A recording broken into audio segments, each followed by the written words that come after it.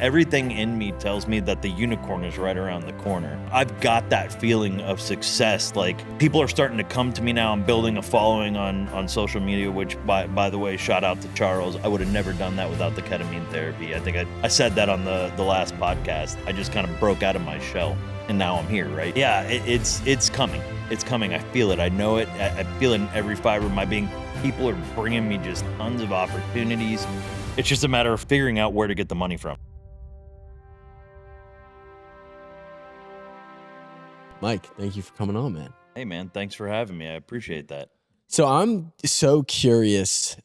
We talked a little bit off camera, but I've also heard from Kyle because you were on Charles. Shout out to Charles. You're the man. You're in an industry that is really like I don't know anything about, but I'm interested to get to know from your perspective, how did you get into the industry that you're in today? And where did the passion for it come? So I'm in two industries. So let's start with the power industry, Yep. right? Because that one is pretty interesting. I've been in the power industry for about 15 years, and I started out as a grunt. And it didn't necessarily come about as from passion. It came from necessity. I needed a job. I met a guy. I asked him if I could have a job, and today he's one of my best friends, So he gave me a job. He gave me a chance. I went out. I busted my ass, and he saw that. He took notice, and he said, "Hey, would you be interested in learning how to test these large generators that we're working on here?" And I said, "Sure." So he taught me electrical testing, which kind of evolved into repairing them, which evolved into leading large-scale repairs, multi-million-dollar repairs and projects all over the planet. So it kind of came out of necessity and just kind of blossomed, right? I've always been a person who's hungry, and I really like going after things, like just head first. So that's what I did. It kind of just came from that. It's so funny. Like the job that I do now is very non-manual labor. And I think about like, I get asked all the time, like if you could do anything else. Like some of the first business I ever started was a cleaning company, and it was dirty work, obviously, like, cleaning toilets, mopping, whatever. Something about that was so spiritually awakening, I guess. Like it was this manual job where like I would either put on a podcast, ambient music, and I would just like make something better, like just micro make something better. And I would think, it's hard to get yourself excited to clean somebody's toilet, to be honest. But I'm like, somebody is entrusting me to do this job and I can make their life just a little bit better. I'm interested knowing that you were doing grunt work. It's like so many people will look at like grunt work, but some of my favorite jobs at like when I was younger, bussing tables. One of the jobs that I had for a summer gig was a concrete job.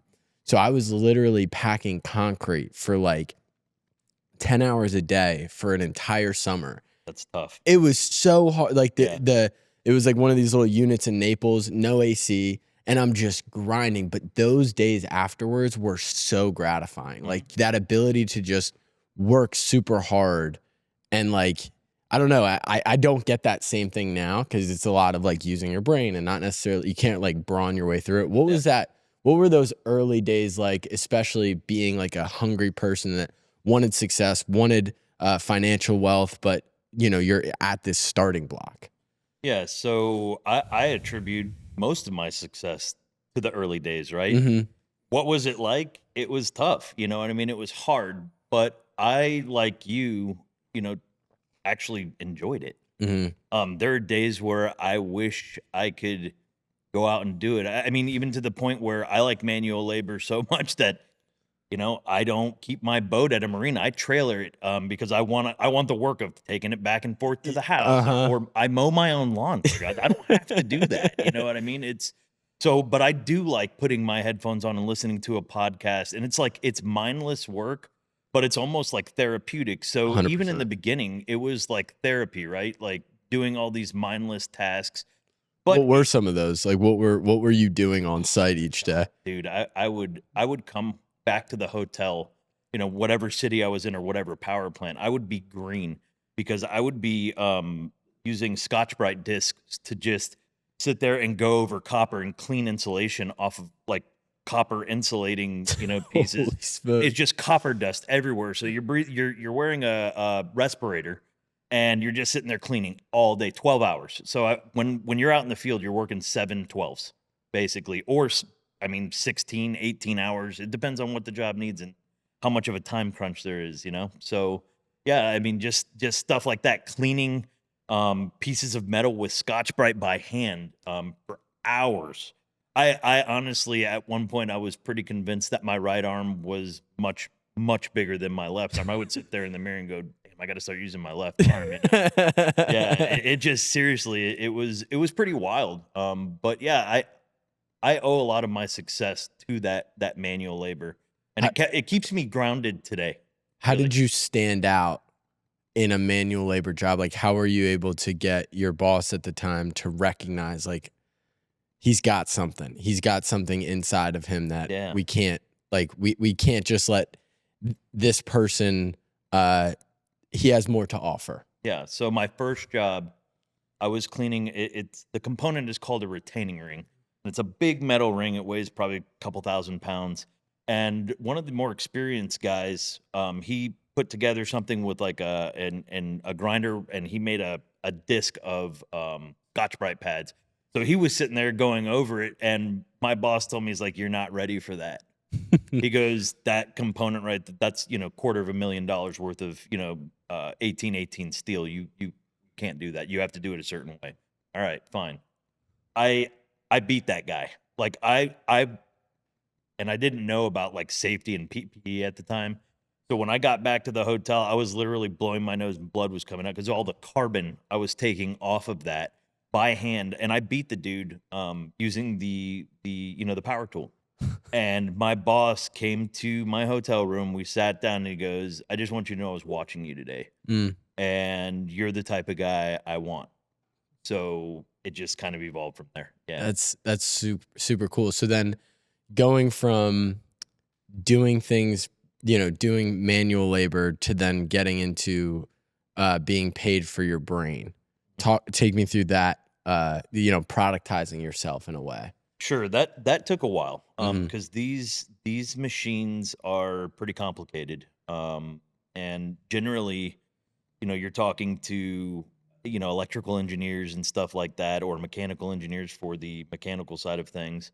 Um, so in order to become a specialist, I literally trained for 8 years under the guy that I was talking about, but I also trained under another generator specialist and electrical engineer. And those guys just imposed a lot of their knowledge on me. It was kind of like passing it on to the younger generation. And I'm still friends with one of the guys, like best friends. He actually lives here in Southwest Florida, so we're like family. Yeah. Um, and after that, they slowly put me into the field. Like, kind of, I was never really thrown to the wolves, so I'm very grateful for that, right? But they sent me out. I started testing on my own. Then I started, selling jobs. Like, if I would find something wrong with the unit, of, "Hey, Mister Customer, X, Y, and Z is wrong with this thing. This is what we propose to do to fix it, and it's going to take this long. It's going to cost this much." And I'd sell the job, and before I know it, I'm getting, it's monetized to me. And so I was very enthusiastic about selling these jobs. What was that? Do you remember that first paycheck, and how different was that from like doing the work manually, and then all of a sudden you're like, "Whoa, I just talked to this guy." Right. And So, oh, I'm sorry. Go you ahead. know, no, yeah, go Yeah. ahead. So the the paychecks before that, I was hourly and like contract, right? So I was making good money. I was bringing home like for 23 year, yeah, like 23 years old. I was bringing home like 2,500 bucks a week. That's with overtime and stuff. I was only making like 20 bucks an hour, but you add up all the overtime and stuff. I was working 84 to 100 hours a week when I'm gone. So, and then plus you're making per diem, all this stuff. So, but once I got into the role of generator specialist, I went on a salary, but it was a highly incentivized salary because you're not selling, you know, $5,000 widgets. You know what I mean? Like the stuff we're selling is, you know, $500,000 or better, Yeah. basically, right? So, um, the company at the time had a profit sharing model. So everything basically that I sold above and beyond the base scope of the job, I got a piece of. So like one of my first jobs, I I made like, you know, $15,000 extra on top of I was getting paid overtime too for being there, right? Yeah, yeah, yeah. So it's just like this. I was making a ton of money, and it's just like, whoa, okay. So I figured out a way to basically just maximize it, and really started hunting for legit problems. I wasn't making stuff up, but you know, legit problems. And the nice thing about being a generator specialist is in the power industry, you go to a powerhouse or like the power plant in Fort Myers or whatever, you go there and those guys call that the black box that no one knows anything about. So there's probably only about 400 generator specialists worldwide, Holy smokes. and probably about 200 of them are worth their, you know, their weight in gold. I like to consider myself one of them, Uh-huh. but you know, I'll leave that up for interpretation.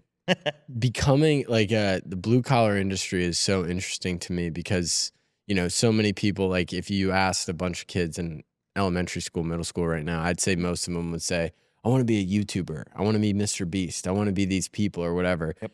But the world of blue collar work it's a gold mine, especially now because we're having this call me a boomer for saying this, but like a softer generation that comes is Yeah. on the rise, and like people don't want to do manual labor. People don't want to spend 8 years to learn a skill. And like, especially in a world where there's 400 like specialists, becoming the best in that industry is obviously nothing's easy, but you're not necessarily competing against a million people that want to be social media stars. You know what I mean? Right. So what was it like for you once you realized like, holy smokes, I could be really, really good at this?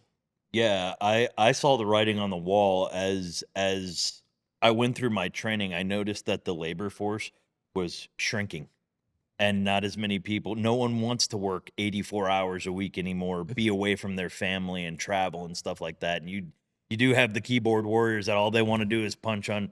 So I did take notice of that, and I that's where that instinctive part of me like just started running towards it, and it worked, you know. So I just got a lot of notoriety, and I actually didn't stop at on the generator side of things. I got really good at project management.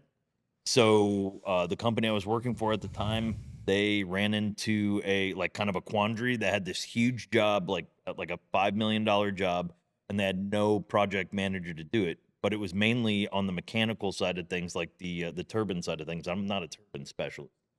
So they asked me to come in and run it, and I said, challenge accepted. So I came in there, ran that. I made a boatload of money on that, and yeah. So what happens when you do your job really well? They ask you to come back and do more. They want you to do more of it, right? So that ended up happening. So for about 2 years, I ended up, you know, handling all of the large scale, large turbine. And when I say large, these things are a football field long. You know what I Yeah. mean, like this is heavy, really super heavy equipment that powers cities.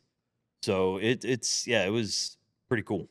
So there's a lot of discourse about the electrical grid and like if you get into like tin hat world, like Mhm. everybody's really worried about it. From your expert opinion, is there validity to that? Like, Yes. what is the kind of So introduce me to that? What's yeah, the so the scope of that? problem right now is one, our infrastructure is aging. So you've got three grids in the United States. You have the East grid, the West grid, and Texas has its own grid, of course, everything.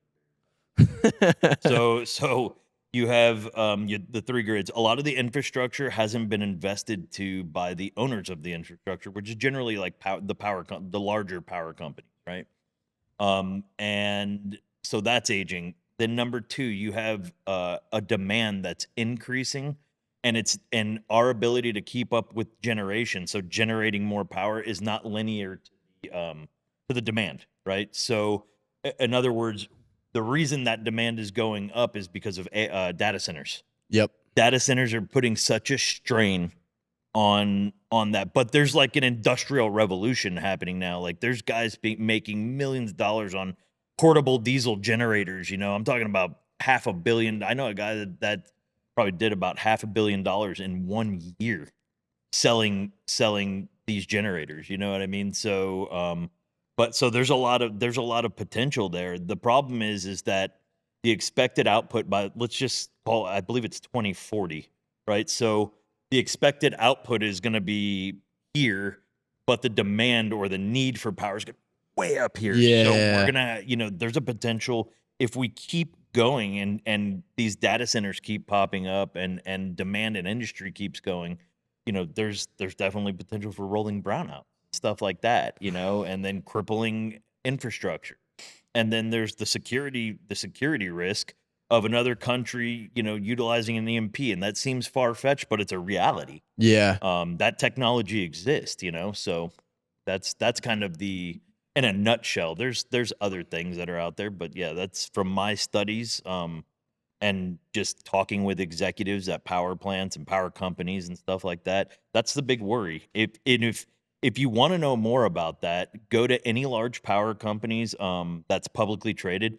Go and look at their quarterly investor reports, and you'll see in there their target customers are, every single one of them mentions data centers because it's a necessity. Yeah, it's interesting, like with the scaling of AI, like that's what they talk about. It's like the rate of AI's expansion is going to be based specifically on how much power you can get to these data centers, Yeah. because they're getting massive. I think the one, what did they just pop it up in California, OpenAI? Yep. It's the biggest data center in the world now, and Yeah.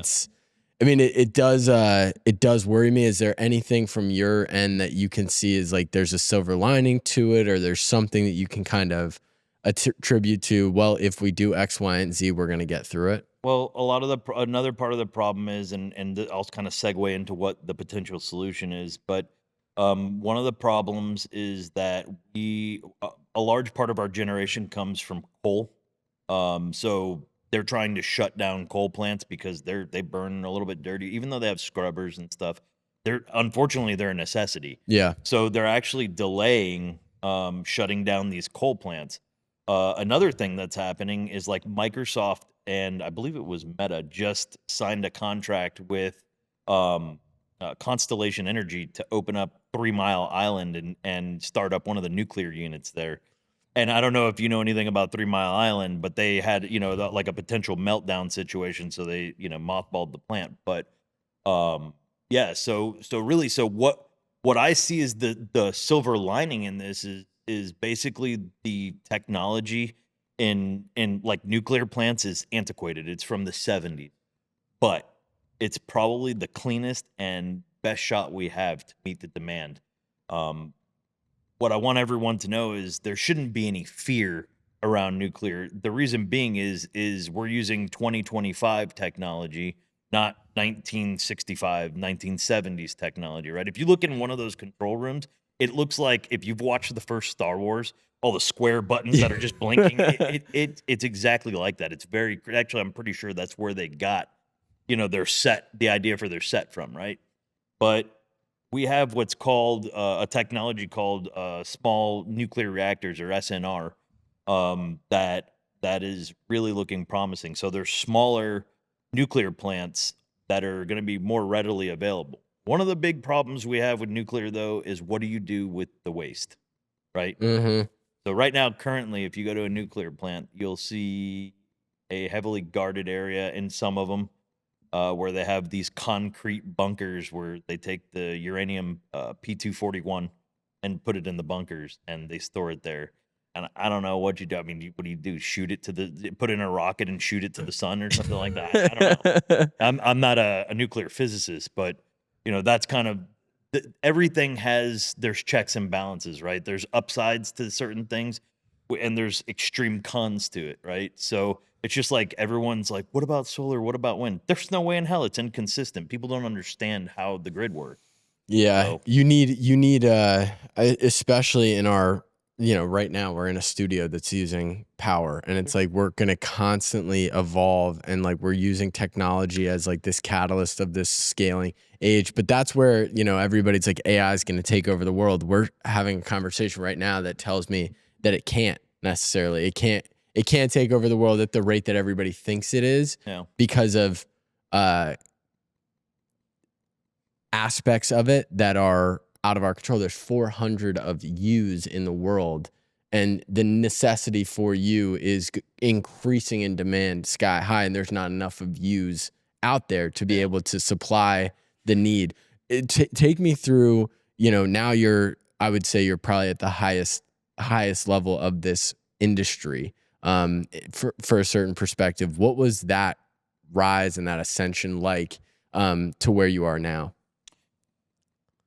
Well, it again, it seems like everything came out of necessity. There was always a need, right, to keep going higher, not for the money, but just for the industry, and then also for my family. And what I mean about that is when I was telling you about how I was doing these turbine outages, and project management. I was gone 8 9 months out of the year. Like I didn't see like I Holy would come home and smokes. my kids would look different. So I missed a lot of, luckily they're still young. I do have a 17-year-old, and he unfortunately was the one who took the brunt of it. Yeah. But we actually have a really good relationship now. But I still have, an 11 and almost 10-year-old.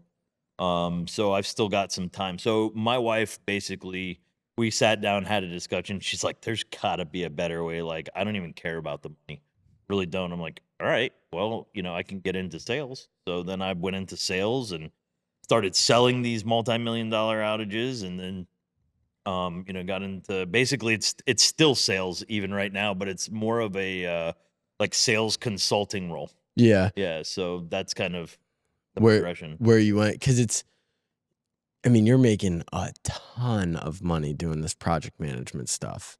Was it hard for you? Again, and you're also working a ton, and so many people are like, I just want money, I want more money, I want more money, but they don't understand the trade-off of that. Yeah. Did you have that? Like, were you becoming more aware of, like, even with all the money that you're making, there's not even time in the day to spend it? Yeah. Oh, I found a way to spend it. Don't worry about that. That's for sure. I like nice things just like the next guy. The $80,000 truck, $150,000 boat. You know what I mean? A nice home. Yeah. Yeah, and that's not to throw it around. You know what I Yeah. mean? But it's just the truth. I went out spending like an idiot, and really it wasn't until 2017 that I took a journey on learning about money that kind of helped that and has really supercharged it now. But yeah, it's trading your time for. I'm glad you brought that up because that almost segues us into why I got into Yep. investing in commercial real estate is because I got sick of trading my time for money. Um, I love the power industry. It's cool. It got me where I am.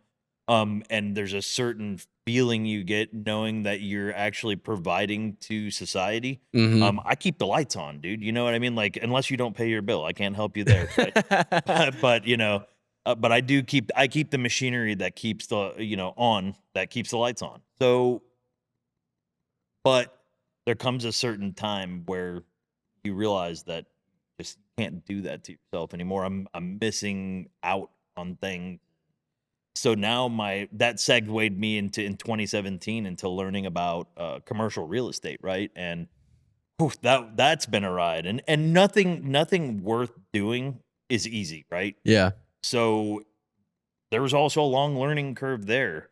Um, Actually, I got into it because I was cruising YouTube one day and I saw Grant Cardone talking about commercial real estate, and you need to put your money here, and this NOI and this blah blah cap rates, and I'm just like, what the hell is this guy talking about? It's like I've bought a house before and I've flipped a couple of houses and stuff, but what's this commercial real estate business about? So started getting really into it and just researching it and started reading books on it, and it was very crippling. Like it was very overwhelming, not crippling. It was very overwhelming. Like, where do I start? So I figured, you know what? Let me understand how the debt, structuring works. So I started a loan brokerage. Um, and it was like, I don't know. I paid into another company. They gave me all the information. I kind of worked through them, just as like a independent contractor, and I would bring loans to them. And it was all types of loans. It wasn't just commercial real estate or anything. It was mezzanine debt, inventory loans, bridge debt, just all types of stuff. So, which actually helped me a lot because I got to understand how the banking system works. Like the bank, they want to lend money. They hate it when you come in with a credit score that's, outside of their lending criteria because they want to give you the money. Yeah. So once I learned about that, I took a break for a little while and I was still I was a little bit discouraged. I got like analysis paralysis, right? Like pretty heavily. And I stayed there for a while trying to figure out what was going on. So I said, you know what, the hell with it. I'm going to start a service business. So I started a floor cleaning business here locally, like Really? cleaning tile and grout and stuff. Yeah, Myers Touch. And I'm not gonna lie to you, I hated it. Yeah. I hated every second of it. What I found out by doing that was I'm more of a B2B guy, a business to business guy, than I am a business to consumer type person, and generally because I don't have the patience to deal with people bitching at me all the time, and that's just the truth. Because you're working, like your whole career, you're working with people that know what they're talking about. No, it's probably because my whole career I was dealing with people that are playing with money that's not theirs, right? Like they're making unemotional decisions with money, so it was just based on facts, right? But you go in and you're sitting there haggling over $600 to clean I'm like, lady, I'm cleaning your floor. You know what I mean? It's and I don't have any hate or or anything like that towards the ladies or the gentleman that I was working for or doing work for. It's just the nature of the business, and I found that it wasn't me. But again, there was like a $30,000 expenditure there to buy the equipment, to do all that. There was time. But it taught me a lot, right? Like as an entrepreneur, everyone talks about their failures and how that contributed to their success. And I think there's some validity to that. I don't 100% believe that. I believe that your success contributes to your success too, 100%. Yeah. So there's a big part of that. That's a common thing that I've been diving into recently. You hear it drives me insane. It's like I learned more from my success or my failures than I did my success. And I really started to I heard a podcast and I really started to push back on it. It was the founder of Whoop. And he was talking about the idea that like his company, there was a point, and Whoop is a major company now, but there's a point where they almost ran out of money.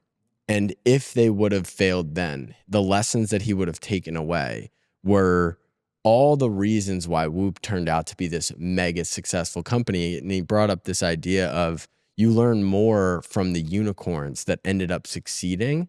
Like you learn, like there's only a few reasons why companies fail. Like there's obviously nuances to everything, but like you run out of money, you argue with your partner, you're like, maybe there's 5 things on why you might fail. Yeah. And all of those things are very simple. The unicorn learning from a major success are really the unteachable lessons that you can only walk through and you can only live through. You really can't even read them out of a book. You have to live it. What were the unicorn successes that helped fuel your learning, especially into your career now? So I don't know. I don't know that I've had personally like a unicorn success, right? I've had some successes. They're not unicorns. I'm still in the process of building my portfolio, right? Yeah. Like I'm actively doing that. However, I have partners that this is a team sport, right? Like Yeah. so I have partners that have had those unicorn successes, right? Like that have just stumbled on a killer deal or something and it just created so much cash flow they were able to quit their W-2 and do all that. And what did they learn from that? I'm not messing with anything that's not, within my criteria. And so I've kind of been fortunate enough to learn a lot from partners that have been willing, that believe in me and are willing to bring me into their deals and stuff like that. So that's kind of where I've gotten it from. But man, everything in me tells me that the unicorn is right around the corner. Yeah. I've got that feeling of success. Like, I'm kind of like, people are starting to come to me now. I'm building a following on social media, which by the way, shout out to Charles. I would have never done that without the ketamine therapy. I think I said that on the last podcast. I just kind of broke out of my shell. Yeah. So and now I'm here, right? Yeah. Yeah. But Yeah. but yeah, it's coming. It's coming. I feel it. I know it. I feel it in every fiber of my being. People are bringing me just tons of opportunities. It's just a matter of finding out where to get them, figuring out where to get the money from, right? Like, so you're either raising capital, you got to go get the debt. What type of debt? It's all a whole bunch of questions to ask and how to best structure it. So my business partner now, he dove really deep into the RV park world, which I know you have one in Alaska. Yeah. What was that first deal like? Like, how did you position yourself in that first deal, and why RV parks?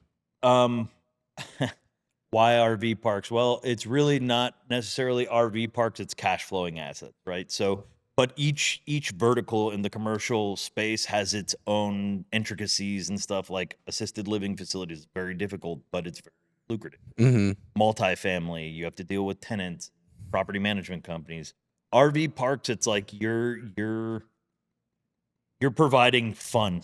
You know what I mean? It's people. I mean, people still complain and stuff like that, but that deal came about from a partner who actually, she's boots on the ground up there. Her name's Joanne Schmidt. Shout out Joanne. She's awesome. She is a rock star, right? And then also my partner Amar, and she's the one who sourced that deal, and she's a native Alaskan, not a native Alaskan, but she's lived in Alaska for a long time in Southeast. She found that she started negotiating the deal, and deals are very hard to get done in Alaska, right? Like it's there's a lot of off market, changing of hands that happens. Not a lot of like listed deals like you would see down here. Is that just because of the commercial environment, like the community environment, like the aspect of like, a lot of, it's such a tight knit community because there isn't a ton of people. Yes. So it's like you're just going to the coffee shop and it's like, who wants my RV park? Yeah, it's not necessarily like that, but Alaskans like to do business with Alaskans. There's a camaraderie there. It's just, actually, I think it's even like more so than Texas, right? Interesting. Yeah, so there's a very big camaraderie there. But we've been able to develop relationships, provide capital, and get deals done up there, right? So that's my big push right now, is because up there, there's actually, if you're familiar, you've heard of the pipeline, right? Yep. Everyone knows the pipeline. Well, that pipeline was put in the 70s, and it like basically made Alaska to what it is today. And they're actually just greenlit an LNG pipeline that's going to go from the North Slope, which is the very top of Alaska, down to a place called Nikiski, where there's a marathon processing plant there and a port, so they can start feeding this liquid natural gas down there. So that's going to bring, I don't know how many billions. I think it's like something like 500 billion or something like that. And an estimated like industry up there. So there's going to be a lot of trucking. So right now, like, I'll give you a little glimpse into what we're looking at right now in Fairbanks. We're working with another partner up there that we're looking for some acreage, right? And we're creating these we call them, they're in basically industrial flex, kind of like what we're in right now, right? It's, or a man cave. Have you ever seen those man caves that where a guy likes to park his $200,000 car? That is like, this whole complex is that. Yeah, exactly. So it's basically like this, but where truckers can take their rig, they can have some storage for a trailer, and then they can park in here, and it has a bathroom, a shower, and they sleep in the cab of their truck. See, why that's important for truckers there is right now they're looking for warehouse space to do that, because, well, it gets -30, -40 in Fairbanks, and guess what? Industry doesn't stop up there. They got to keep going. They got to feed the North Slope. So they're driving on the Dalton Highway straight north, and they're going back and forth. They need a place to stay, man. They can't park their rigs at their house. and stuff like that. So we're looking to kind of like appeal to them. So um, we're looking to in phase one to probably do 10 of those, and then have cold storage, so just like self storage units, about 100 of those, and then open lot parking, for trailers, boats, stuff like that. So it's going to be up, something like that up there, and so we're in the middle of putting that together. So if anyone's interested or needs or is interested in investing in commercial real estate, there's about to be a big boom in Alaska. You don't got to do it with me, but if you want to do it with me, just feel free to reach out. Yeah, absolutely. So how do you divide your time now between what you have in the consulting space, what you have in this? Because I always wonder how entrepreneurs like yourself utilize your time. Yeah, I would love to tell you that I use like box scheduling and all that. I'm not that guy. Yeah, yeah, yeah. I do use a calendar. I do schedule everything. So just like with this was when we talked last week, it's on my schedule. Yeah. You know what I mean? So I just have to know where my commitments are, and I still give a lot of time to the power industry. I do have obligations and stuff there, so a good portion of my day is put to that, rightfully so. And then, dude, I'm one of those guys that just I grind, into the night. It Yeah. just is. So I have a set amount of family time towards the end of the day where I take the kids to their taekwondo lessons and sparring lessons and spend time with my wife. My wife is involved in the real estate side of things too. She's a master degreed accountant.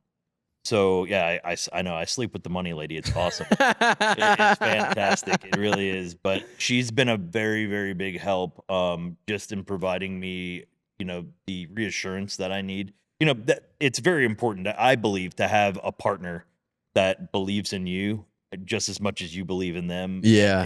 there's a synergy there. So that I know I kind of went off on a tangent there. No, let me drill in on that. Yeah. The choosing the right partner. Yeah, yeah. I am 25. I got married February, so I can't even do the math Congrats, on that. dude. What is That's that? awesome. 5 months? Yeah. Something like that. But she's been with me since I was 19. I Nice. started my first company when I was 20. So she's been on the ride. Like, she's believed in it, seen it, understands the vision. And there's so many, guys out there that I talk to, and they think in their entrepreneur journey that they just need to go solo, and that it's better off if I just, get my money and then I find the person for me. What was the journey like for you? Well, the journey for me was I was an idiot when I was like 18. I thought I knew everything. I'm a pretty smart guy, but I was pretty damn stupid then. So I made a lot of bad choices, dude. I mean, just full disclosure, way back when, I was that party guy. I was constantly drinking, smoking pot.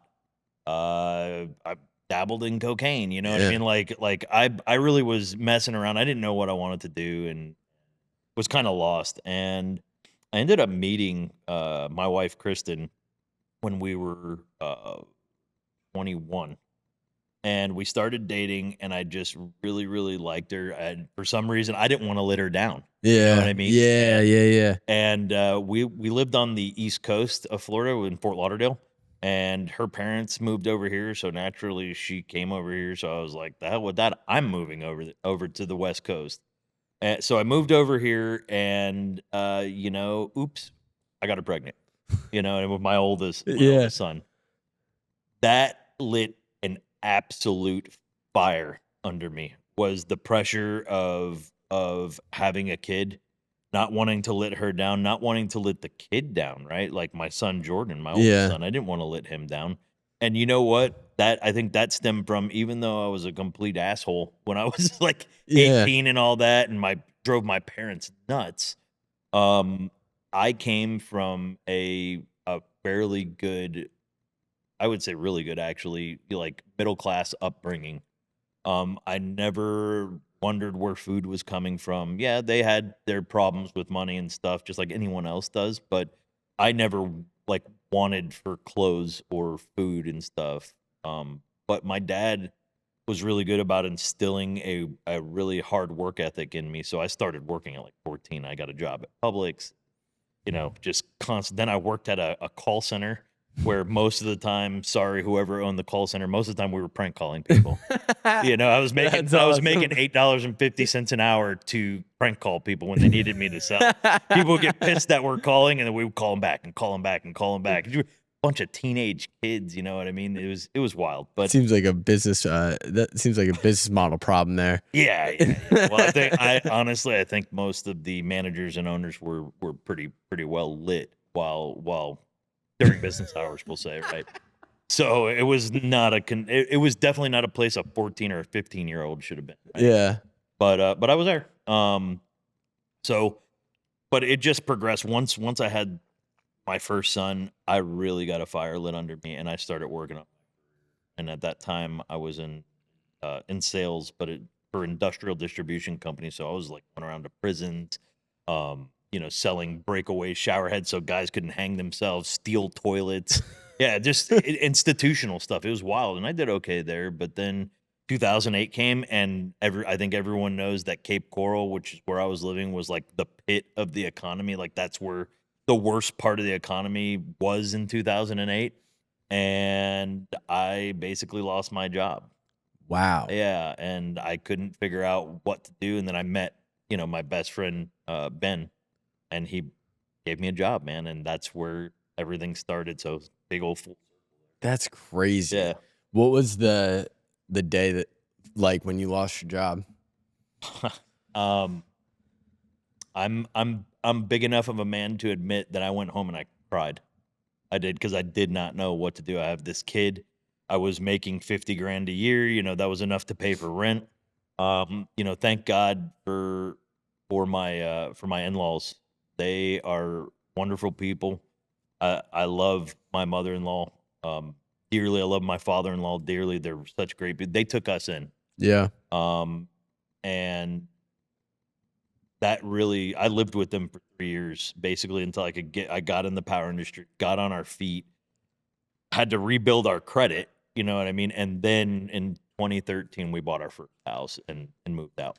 It's something I've been coming back to a lot recently, is the idea of, like, everybody wants, like, the Rocky cutscene in the movie. Like, everybody, like, idolizes, like, oh, like, when you're down and out, whatever. And then when you live that, you can, it's very easy to become a victim to it, because nobody tells you that although in the movie the Rocky cutscene is like 2 minutes, Yeah. in real life it's like multiple years. Yeah. And it's like you fall back on this idea of it's supposed to be easy, or it's supposed to be simple, or it's not supposed to take this long.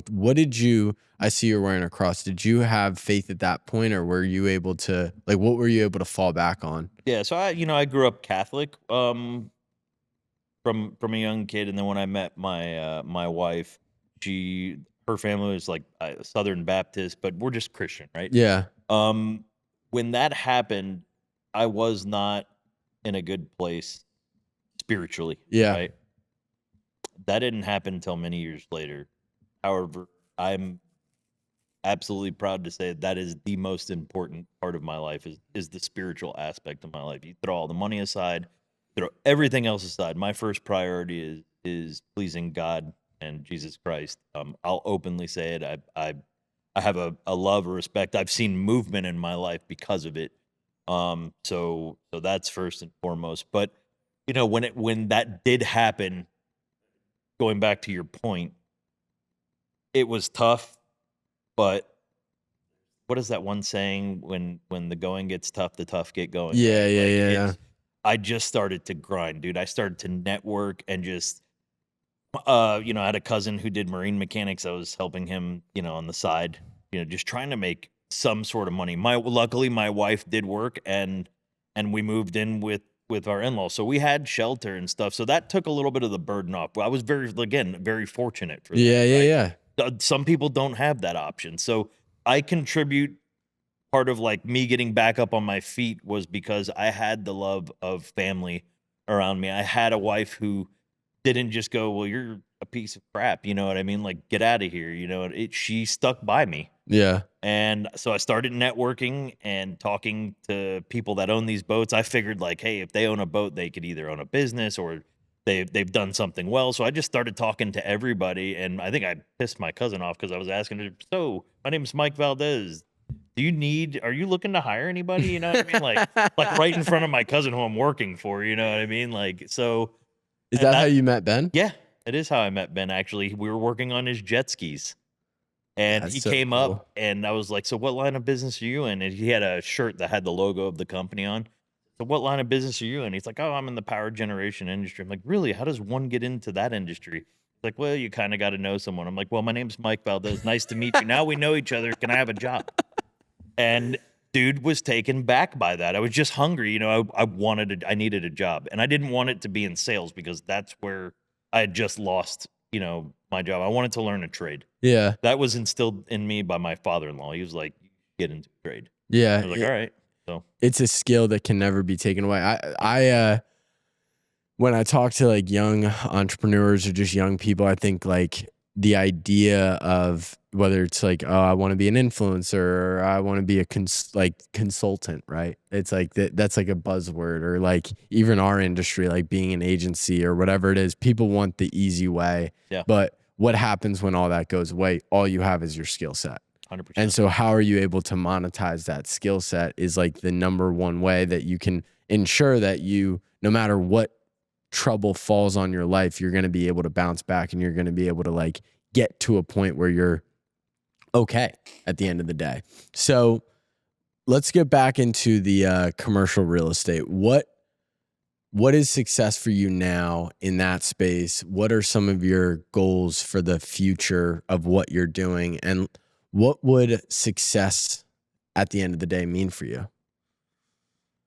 Well, just defining success is a very personal thing, right? Like it's a very personalized thing because my version of success is gonna be different than your version Yeah. of success, right? So, um, people may look at me and say, "That's success," but because of money or, you know, the things I have or whatever. And it's not. For me, it's personal gratification. I don't even think about the money, right? Like the only part of money that I think about is that my investors are going to get their money back, Yep. right? So that's what I care about. I'll eat dirt before my investors, Mm-hmm. you know, basically lose money or whatever. So, um I would say right now the success that I'm having is obviously in the RV park. We're looking at a 47 unit multifamily apartment complex in Waco, Texas. We have a letter of intent on that. It's about a $7 million deal. Um, we're looking at assisted living facilities. We just passed on one that was 125 unit, but my partner has a $150 million development in Lady Lake, Florida, that is right next to the villages, but it's an independent living, assisted living, and memory care facility. It's 485 units. It's a $150 million deal. You know what I mean? Wow. It's fantastic. So those are the type of people I'm you know, talking to and partnering with and learning from. So I would say like right now my success has come from like networking.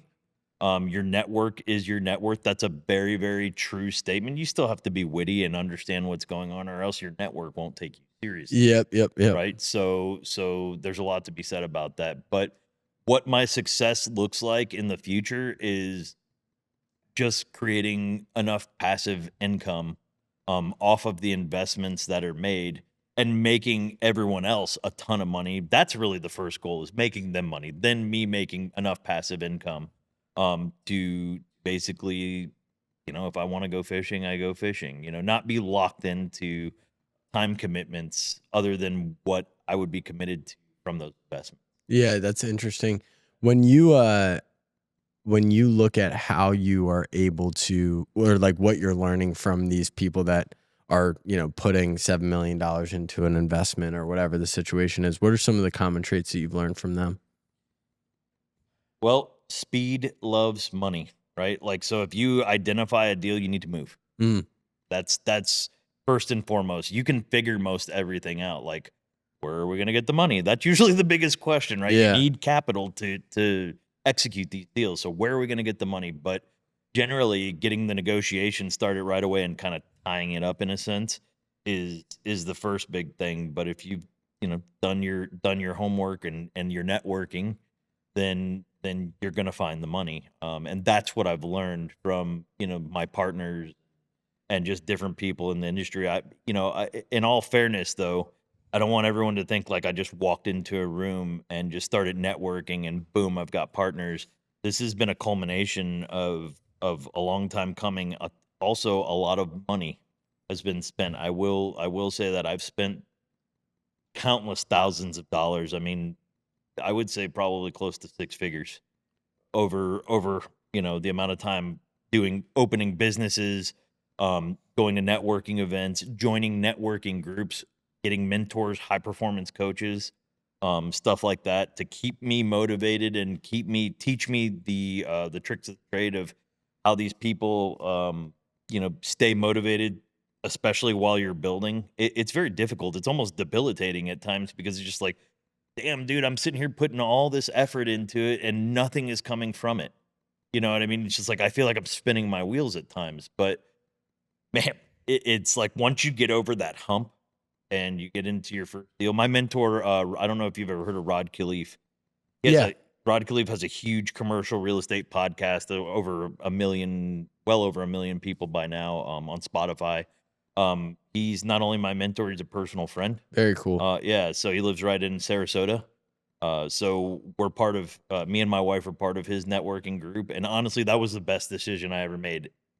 It's pricey, but actually, I think he's cheaper than most of the other networking groups over there, like Michael Blanc or any of those. But it it is such a awesome experience, like going to his events. Like we have these like member only events, right? That we go to, and it's just a whole bunch of like-minded people getting together, collaborating on stuff, understanding, like, you get the chance to tell them what you're looking for, they tell you what, they're looking for, and basically you just start teaming up with people, and it starts to happen organically. Actually, that's how I met my partner, Amar, Wow. was through there. I actually had a deal that I had found in Healy, Alaska, um, just through the power industry, as weird as that may sound. It just there was a need. Anyway, so he at my first event that I went to at this networking group, he was up on stage talking about this RV park. So I like knocked over like three people trying to get to him, like, dude, I got a deal, I got a deal. Yeah. And we talked about it. We tried to execute it. It didn't work out, but then I got brought in, the RV park with him and Joanne and all that. And now we're looking to expand the RV park. The RV park is really cool. If you don't mind, I'd love to talk Let's about go. that. Let's go. Dude, it is really, really cool because it's one of those assets it's a seasonal asset, right? So it's open about 120 days out of the year, and then it's shut down. We winterize it, and it's 6 miles outside of the entrance of Denali National Park. That's sick. Yeah, so you get about 600,000 people coming through there every season. I mean, they're bussing people in off cruises from Fairbanks, all that, and then people come in from the lower 48 on their RVs, Yep. and they stay Yeah. there, right? Oh yeah. We've also got a motel there. It's 14 units, and there's an adjacent 15 acres behind it that we're gonna lease from the state, and potentially put up to, I think, 35 tiny cabins. But the motel stays booked like 100% of the season. Basically, it has 100% occupancy rate.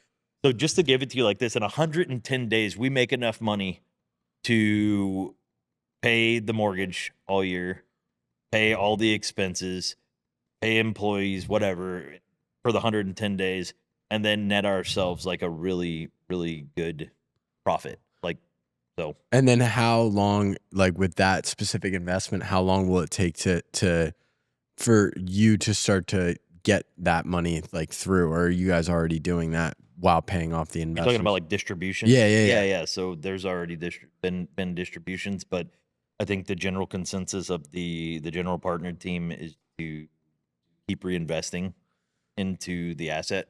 Yeah. A lot of these, you have to decide when you're looking at these assets, you have to decide like how you're going to structure the deal, right? So Some of them end up like a typical private equity deal where there's a 5-year hold period. You basically you buy a faltering asset, you improve that asset, improve it by management, investing capital into it, whatever, increase the value, and then you exit the investment in 5 to 7 years, say.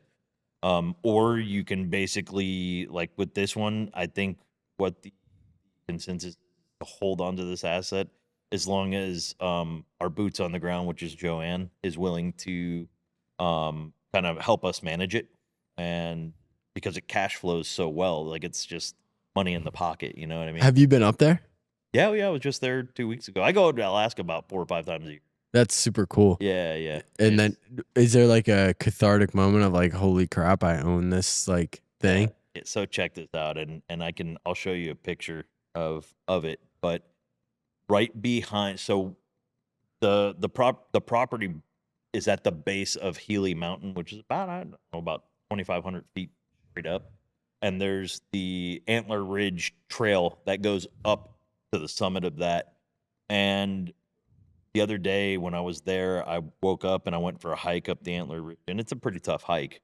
But I got up there, I posted up on a rock, probably about like, I don't know, 1,800 feet high, looking straight down on the RV park, and just you could see for just miles, just mountains, the Alaska range where Denali is, Yeah. or Mount McKinley now, Gulf of America. Yes, so my bad, people. Yeah. But yeah, so you could just, everywhere you look is either mountains or just beautiful valley. You could see all the way to Fairbanks. That's so It cool. and it was a very breathtaking spiritual moment, and I took that moment to just like thank God. And I actually started recording and doing a quick story on Facebook, just because it's just like, how do I not share this with people? You know what I mean? Like, I can't believe I'm here doing this, and I almost felt selfish not doing it because weird.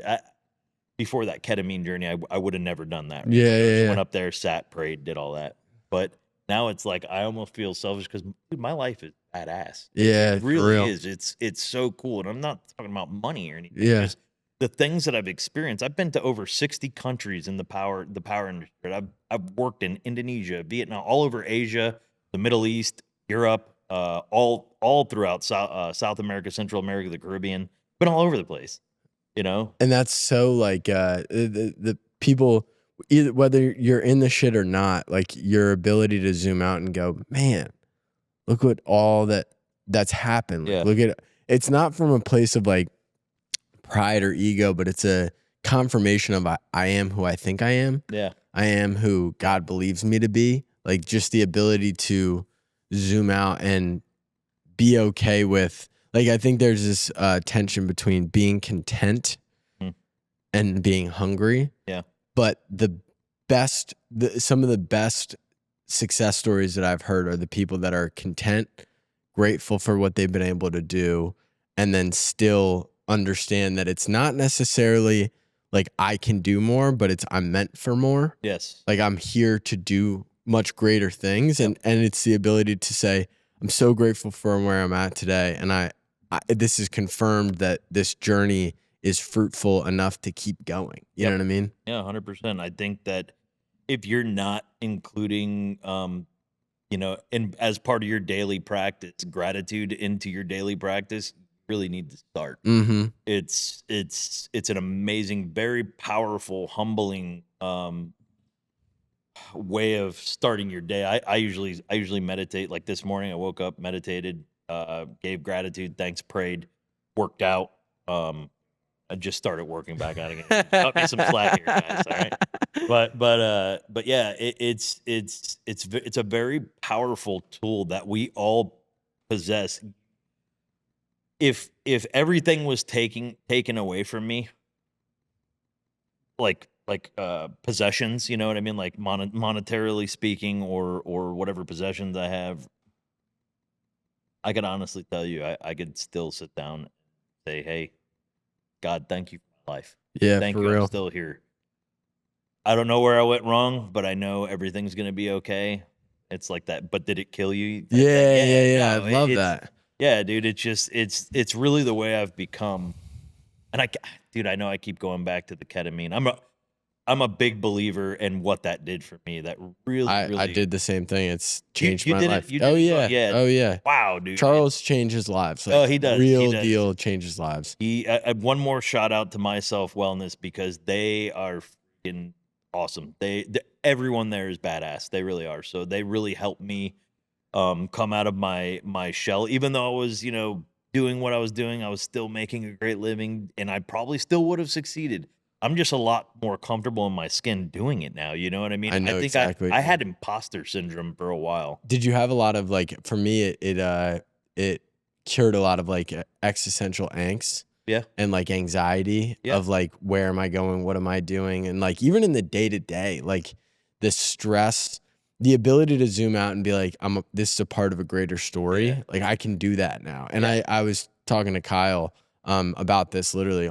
We were grabbing coffee, and it's like we live in a world that is so 2D, where you're just grind, one step in front of the other, never really looking at even if you have faith or you have these things, like this extra plane that we live in. Like if your experience, I'd love to hear about it. But it's like, for me, I got to see that there's so much more right in front of me. Mhm. Like there's so much, like there's these entities or whatever you want to talk about. Like you're living in a much more complex world than you're able to understand. So then when you're in the mud, you're in the shit, you're able to go, man, this is going to be one hell of a story. You Yeah. know what I mean? Like, Yeah. and that's, Love that. I couldn't attribute that anymore to obviously my faith, and then the journey that I was able to go on with myself. Yeah. They're badass people. They really are. And How did you come about that?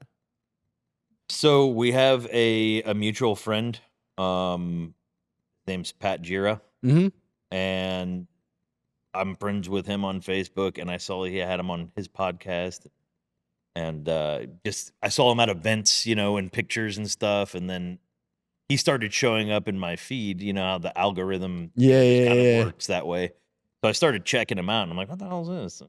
Like ketamine. I'm like thinking K-hole, stuff like that. Like, how does that help people? And I started watching his podcast, dude, and I'm like, these people are experiencing a lot of the same, problems I am in the sense of self-acceptance, anxiety. I was unprovoked anxiety. I would just wake up and be anxious, and I didn't even know why. But that's like attributed to like entrepreneurs. Like Probably. it's so, like yesterday we had an event here, and like I can turn into this mode of like super, like I don't even know what a positive term of it is. Like I don't want to say manic, but like manic like, Mhm. where I'm just like obsessed over every little detail. Yeah. So much so that we bought a literal $350 speaker for no reason yesterday, just because I was like, you know what I mean? Like, Yeah. we got to have this thing, and blah, blah, blah. Yeah. What happens if it rains?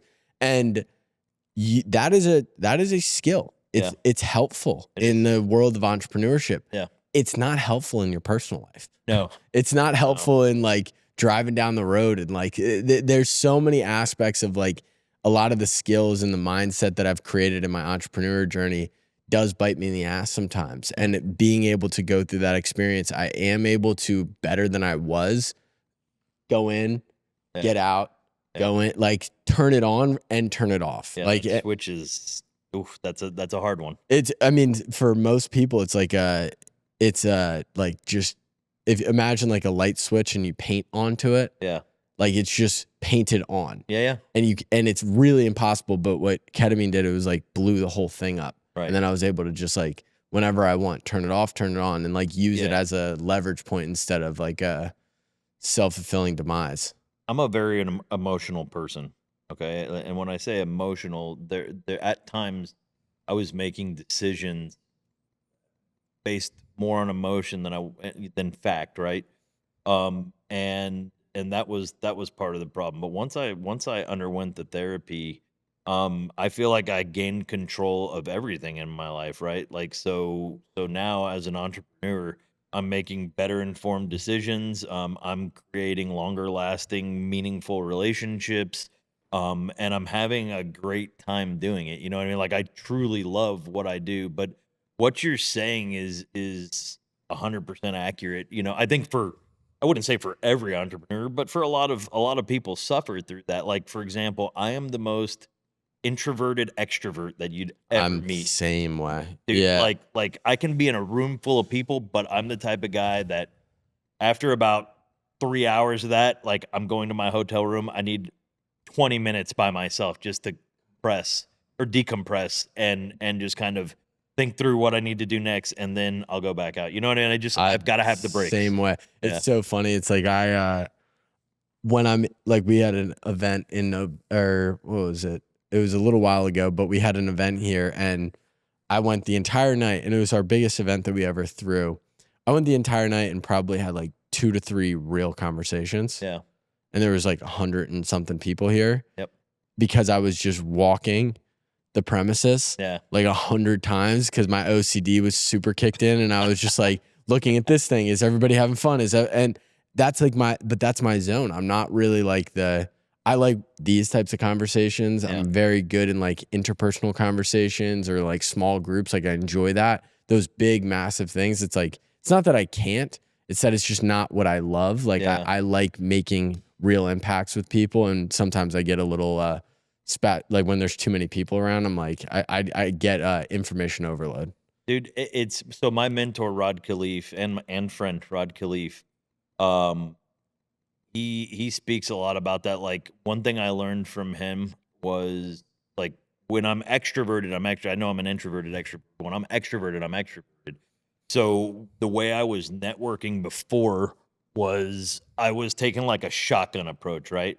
Just point and just shoot and go talk to everybody for 2 seconds. I had to talk to everybody in the Yep, room. yep, yep, And yep. for some reason I felt like that was the way to go. And really what he taught me was that the introverted side of people, or the introvert, actually ends up making the more meaningful connections, because the shotgun approach, or the extrovert, I'm sitting here talking to you, dude, I'm looking at over your shoulder Yep, trying to find the next person I'm going to talk to, right? yep. So the meaningful conversation is not happening. So again, with Rod and then the ketamine, that allowed me to really slow down, pull it back in, and now I have meaningful conversations with people, and I'm not just trying to run off. And that, dude, that 10x my abilities within networking, right? I know it sounds kind of weird to say, but I've 10x my ability, and even 100x, man. I've just gotten so efficient at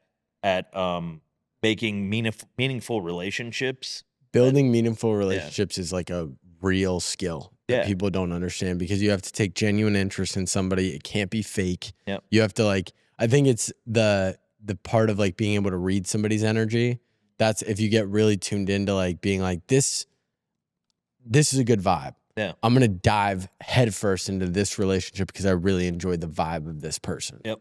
That's a skill that can be learned too, because really that's reading people's energy is very similar to like listening to your gut, Yep. right? Like you feel the vibe. You have to listen to yourself, your inner self, and you can really read that. I've always been kind of gifted in that sense because of like my sales acumen and Yep. Yep. stuff like that. And generally, like in a business to business world, I'm not in a room full of 300 people. I'm having conversations like this where it's interpersonal, and you're getting things done. But I can read the room essentially. Like when I'm talking to people, I just get either a good vibe, a bad vibe, a neutral vibe where something may not happen. But like right now, I feel like me and you are gelling. We could probably just keep talking and Yep. talking. Yep. And talking, Yeah. Yeah. right?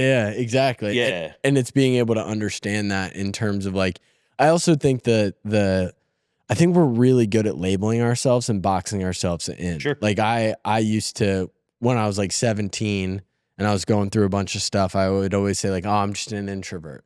Yeah. But the reality was I was obsessed with football. Yeah. And all I would talk about is football. So Right if on. you want to talk football with me, I'll talk football all day. But I realized, so if I would have just gone down that line and said, well, I'm just an introvert, I would have closed myself off to when I got to college, being a president in my fraternity, being in, student government, being in these things that demand a different, if you're labeling yourself an introvert, that's not the thing for you. But I think we're such malleable humans. Like we can shift in and out the only way that you are unable to do that is through your ability to just say, I am this. Right. And I think you're honestly, you're a lot wiser than people your age, right? You said you're 25? Mm-hmm. Yeah, so you're a lot wiser than people your age, because it's sometimes, like, for me, I didn't figure that out. Dude, I'm 40. You know what I mean? It took me a while to figure that out. It's because we tend to be, as human beings, we're all of us have some degree of hard-headedness and stubbornness, right? I even think it's more the human doing aspect. Mm. So I think we're more focused, especially as entrepreneurs or like hard workers. Like, Yeah. I feel like my life since this company started has sped up because we're in this human doing Yeah. mode all the time. And what human doing doesn't allow is that third dimensional thought, Right. that like zoom out effect, like the ability to like, I think there's this fallacy of self-improvement. I don't think that's what it is. I think it's self-discovery. Yeah. Like self-improvement comes from self-discovery, because sometimes people get in like the why trap, like, why did I do this or why did I do that? But being able to understand your true intention or your true reason why, you can solve a lot of those root issues. Yeah. And again, this is probably a lot of the ketamine, like that was Yeah, able to for give me sure. that level of understanding, but like the ability to get out of the doing for just a half a second. Yeah. Like meditation, prayer, these things, these conversations. It's like I'm in this phase of like, I'm not doing. And then you get into like the ability to flow through a day. Like that's my favorite thing. Like go from this conversation to that conversation to this problem. Flow And state, baby. yeah, it's like Yeah. people, because of social media, because of the food system, you're able to go on these dopamine loops Yeah. all day long. And so that takes you completely out of flow. It takes you completely out of discovery.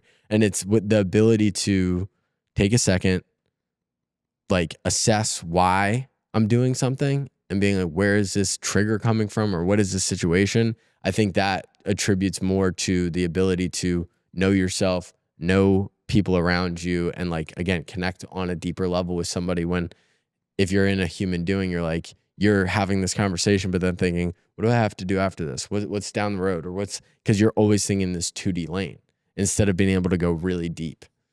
Brother, I think you hit the nail on the head with, I think more people are stuck in loops, thought loops, dopamine loops, Yep. right? Than they even realize.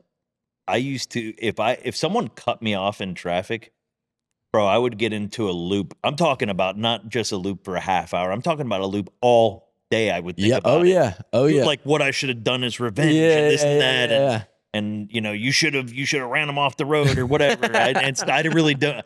Obviously, I would never do something like that. But it's just like and it festers, and actually the loop gets bigger Yep. and bigger. But it's over the same thing, and it just gets more intense. But yeah, it's loops are tough, and they're hard to break, because it is like loops are chemically driven in your psyche, by dopamine and things like that. You're getting the dopamine hit, and it's weird how it works. But yeah, ketamine did break that for me. I don't even care. Like, I used to get bent out of shape about stuff, dude. Now just things like my marriage 100% has improved. Like we're like when we first met, you know, that like that puppy love phase. It's weird to say that, but now that I'm thinking about it, yeah, we're kind of like we're lovey dovey, and you know, stuff like that. How did you get back to that? Just it was really my mindset, dude. My wife is very even keeled and centered. She is extremely even keeled. That's probably why, I don't know, I was attracted to her in the first place, right? Because my mind, I was psychotic. Yeah. Basically, like my whole life was psychotic. But she brought a sense of normalcy and reason to my life. And now that I have that, and I'm meeting that energy, it's almost like I believe it's very attractive to her. Yep. You know, so she may have found me attractive before, because of my aspirations and my dashing good looks, whatever it was she found attractive, you know, found me attractive for. But I think now we're just on a level where our vibrations and our energies are like there's synergy there now on that front. And now if we're doing business and life together, just even more, even better than we were before. Yeah. It's, I think sometimes with my wife, like before we got married and I'd go through bad days or whatever the situation is, I couldn't take myself out of it for a second and like connect with her. Yeah. You know what I mean? Like there'd be times where we're having a conversation and I'm looking at her, but like you were saying, like looking through her and looking towards my problem. And then just like in my head, and she would like, she had to sit down and she's like, it's hard to feel your presence even when you're sitting right in front of me. And it wasn't until I was able to compartmentalize a little bit better and like try to be a pro at being married, or try to be a pro at being a husband, or try to be a pro at being a friend to her, or whatever it was, because we have this mindset that if I am a pro at this, I can't be a pro at that. But I just think it's how you do one thing is how you'll do everything in your life. And it's like being able to apply that to my relationship was when I kind of started to feel like everything kind of click. And again, 5 months in, we'll see. Well, dude, I love that you're talking like this early on in the marriage, right? Yeah. I'm here to tell you that, dude, this shit is not easy. It is hard. I mean, we've had our fair share of blowout fights. You know what I mean? It's gonna happen. It's just you're human. You know what I mean? You're going one way, then she starts heading another, and you guys, before you know it, you collide. Two trains collide in the middle. You know what I mean? And it just explodes. But one thing that probably has kept us together through all of this is we made a pact to each other, one in marriage, but also just like two little kids would. We just kind of agreed that neither of us believe in divorce. We chose each other. We have a kid now, 3 kids together, and we're not willing to give that up. Like, and we both recognize that we're not going to agree with each other 100% of the time. Where there's going to have to be compromise a lot of the time. But at the end of the day, neither of us is willing to just throw almost 20 years, in the garbage. I can't do it, right? Yeah, she can't do it. That's exactly what me and her are. Like, that's why I got married at 25. There's so many guys that I talk to and they're like, dude, what? You did the right thing. That's my opinion. Yeah, like I agree. And it's the ability to, I also think it's like, I don't need the gratification of new females in my life or the bar or whatever. I've never been that guy. Like I've always been like, I don't like to have to think about it, if that makes sense. Yeah. Like I like to have somebody, number one, that really knows me.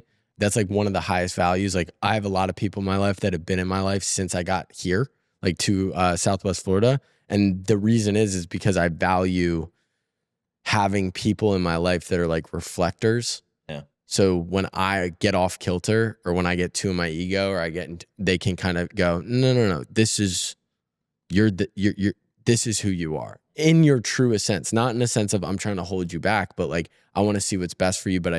And like, that's what she's always done for me is my favorite thing. And I've said this a billion times. So if you've heard this, forgive me.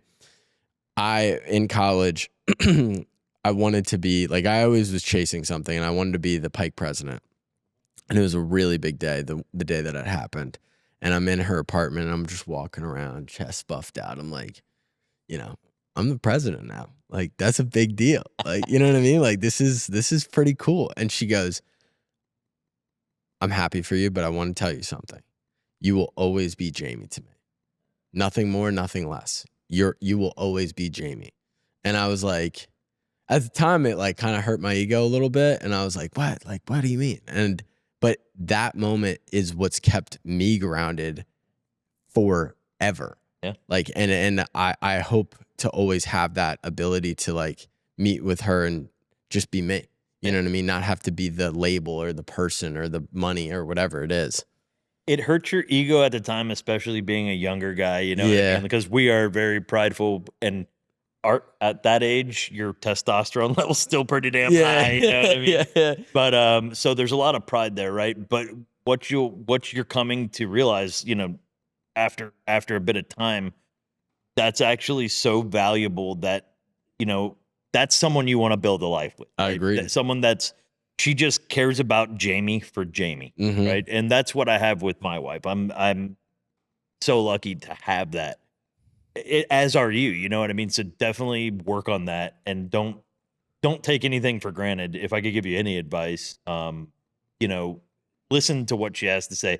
My wife, till this day, I guarantee you, at least once today, she's gonna accuse me of ignoring her just because I have like ADD or whatever, and she'll say something and it'll just come out like Charlie Brown, wah, wah, wah, wah, wah, wah, wah, wah, Yeah. you know, Yeah. and yeah, and I'll be like, look, I was not doing it on purpose, but at the end of the day, I can 100% tell you she only cares. I could make $1 million or I could make $30,000 a year. We would be together. Yep. You know what I mean? And she would, if she felt like she had to, she would pick up the slack somewhere. You know, and she's no slouch in the earning department. You know what I mean? Yeah. Like she works and she brings in a really great income as well. So I commend her. Like, dude, when I was gone in the power industry, she worked a full-time job. She went to college full-time and was raising our oldest son. So, I mean, if that's any testament to her, dude, I respect her so much. Even though sometimes it may not even feel like it, honey. I promise you, I respect her. She's my best friend. Yeah. And that will never change. Dude, I love that. I really hope the best for you and your wife. It sounds like you're on that path. Dude, I thank you. This is awesome. I really appreciated it. How can people support you? You can follow my Instagram. It's at mvaldes VALDES 322. Check me out on Facebook. You know, you can support me. Invest in my real estate deals. You know what I mean? Yeah. Come make money with me. Hey, the big beautiful bill just dropped and signed. 100% bonus depreciation. What that means for you, the investor, if you have a large tax liability and you've got money sitting around, don't go buy a Range Rover with that. Make that money make money. And a lot of our investments are 2 and 3x equity multiples. So you give me $100,000, I'm going to give you back 200 and at the end of the equity cycle. Heck So definitely check me out. If you have any questions, feel free to DM me or reach out. Heck yeah, man. Thank you so much for coming on. Absolutely. Thanks for having me, man. It's been great.